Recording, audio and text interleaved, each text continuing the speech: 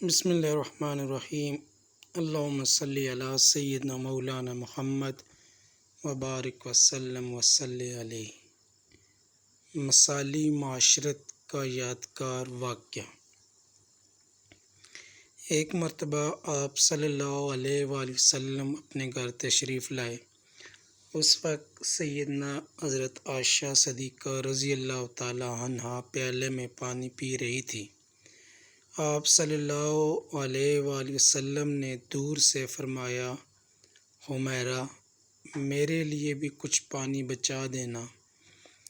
ان کا نام تو حضرت عائشہ تھا، لیکن نبی کریم صلی اللہ علیہ وآلہ وسلم ان کو محبت کی وجہ سے حمیرہ فرماتے تھے۔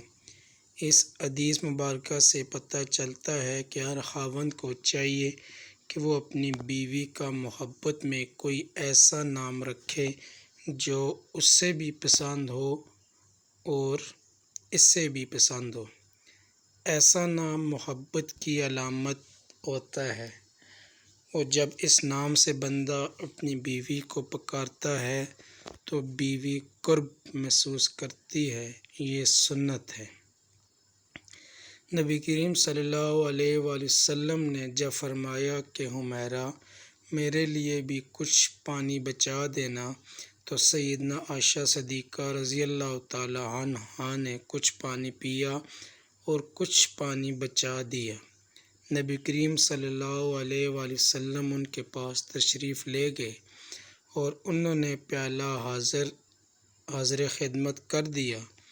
حدیث پاک میں آیا ہے کہ نبی کریم صلی اللہ علیہ وآلہ وسلم نے جب وہ پیالہ ہاتھ میں لیا اور آپ صلی اللہ علیہ وآلہ وسلم پانی پینے لگے تو آپ صلی اللہ علیہ وآلہ وسلم رک گئے اور حضرت عائشہ صدیقہ رضی اللہ تعالی عنہ سے پوچھا، حمیرہ، تو نے کہاں سے لب لگا کر پانی پیا تھا؟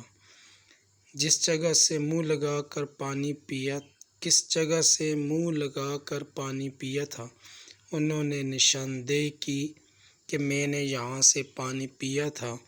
حدیث پاک میں آتا ہے کہ نبی کریم صلی اللہ علیہ وآلہ وسلم نے پیالے کے رخ کو پھیرا اور اپنے مبارک لب اسی جگہ پر لگا کر پانی نوش فرمایا۔ خاوند اپنی بیوی کو ایسی محبت دے گا تو وہ کیوں کر گھر آباد نہیں کرے گی؟ اب سوچئے کہ رحمت للعالمین تو آپ صلی اللہ علیہ وآلہ وسلم کی ذات مبارکہ ہے۔ آپ سید الاولین والآخرین ہیں۔ اس کے باوجود آپ صلی اللہ علیہ وآلہ وسلم نے اپنی اہلیہ کا بچا ہوا پانی پیا۔